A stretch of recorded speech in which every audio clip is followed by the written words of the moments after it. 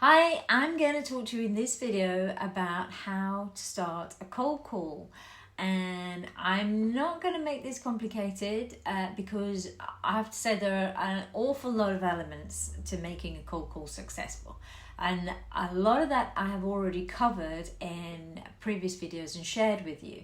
So I don't really want to go over all ground, but I really have to stress, please do not disregard all the information that I've spoken about before and the tips that I've given you before about successful cold calls.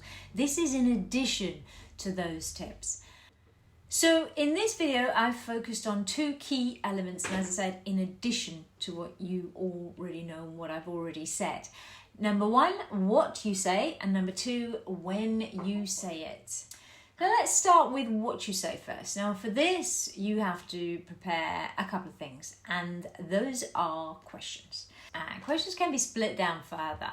So first of all, you're going to need to have questions to ask your prospect so that you can understand if the prospect is of any value to you. In other words, qualifying questions. And I'm sure you've heard of qualifying questions before. If not, I have a whole video on that too.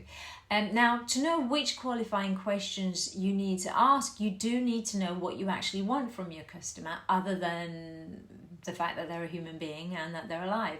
So you'll need questions that give you an insight into information like the size, the structure, the locations of their organization, the experience of the products similar to yours, or existing knowledge of your offering. And when and who should you be looking to speak to about it? Also, within the same category of questions, you'll need to have what are called present reality questions. These are more related to confirming or correcting your research knowledge of them, such as their current focus and strategy and who's who in the business, and adding the information that they don't seem to shout about too. Information they don't shout about online, because that's where the problems generally lie, and you may be able to help them with those problems. So, present reality is very much about uncovering information they're not shouting about, because it could be valuable information or gaps that you could fill, and also information that can help correct knowledge or perceived and understanding of their business based on the research that they put out there. Okay? Now, here's a nice little Venn diagram that I'm going to show you that sums this up. So you see here, in one of the circles, I have what you have learned about the customer, and the other represents the customer's reality. So your questions, including qualifying questions, are about overlapping these as much as possible to expand your knowledge of that customer. And if you can do that on the phone, it makes the next step far easier. Okay, right, value proposition is the other part of what you need to say, or the other thing that you need to have prepared for what to say to make a successful cold call. And for this, I have another Venn diagram for you. Here, you can see on one side, you have your offering surrounded by what it is. What is it made up of, right? Features, if you like. And then in the outer circle, what it does. What do those features do? In the other circle, on the other side, you have everything that the prospect is about. All right, and around that is about what their reality is. So as I said earlier, by asking the right questions, you'll already be able to understand them better, and then using that understanding, you can tailor a value proposition for them. If what you propose to them has no current relevance to them, then it's just a proposition. It only becomes a value proposition when you are able to put information you know about them together with information you know about your offering.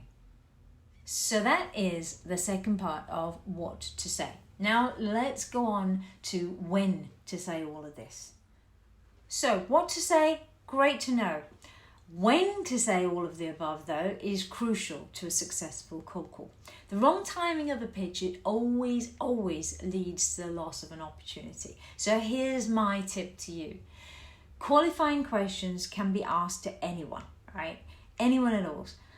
your first key objective is to know the potential worth of this prospect to you. So no matter who picks up the phone, if you can't get the decision maker straight away, do not stop there. You can still qualify one or more of your qualifiers at least, and build a kind of a rapport with one of the human beings that are in that office. And don't forget to find out who they are too, because remember, that human being you're talking to in that office might be quite influential to your key decision maker. Present reality questions should only really be asked of the person who it relates to or it impacts to. So if you get the key decision maker, then that is when you use those sorts of questions. You use your research, but don't tell them what you know. Confirm and correct what you know. Okay, the success of your cold call is really going to depend on your effort that you put into your questions. Okay, that is what to say and when to say it. Questioning in this does play a large part, and I'm going to put that out as a separate video because I think I need to put a little bit more meat on the bones around these present reality questions especially. And you know what I'm going to do? I'm going to put a video out that is about how to question your decision maker, and I'll give you some examples to use too. So look out for that one after this one. I hope this one's helped. Do subscribe, do share. You know, give me a boost, give me a reason to keep making these. I wish you all the best. Give me a shout if you need any help. Take care. Bye-bye.